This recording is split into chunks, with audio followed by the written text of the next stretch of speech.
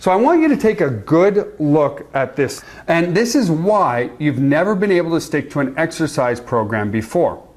On the far left is baseline, okay? And on the bottom is the days after exercise. So if you are training on day 0, right on the very far left blue line, okay?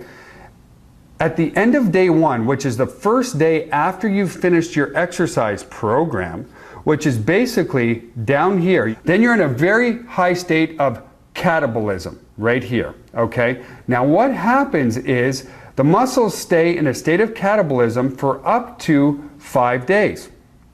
Now, what most people do is they train. What do? They train down here on day 1, and then they train again on day 2, and then they train again on day 3, and they might take day 4 off.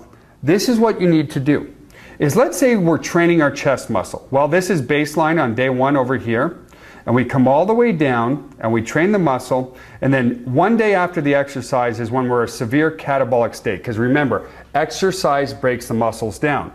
Then the body will adapt, and start to recuperate, and then it's at the point, like we say right here at this arrow, it's at the point where your muscles are no longer sore, that you've stayed at that baseline level, okay?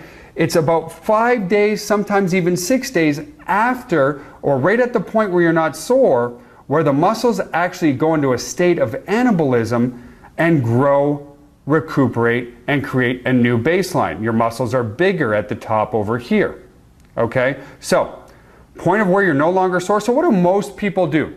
They stay in a state of catabolism all the time.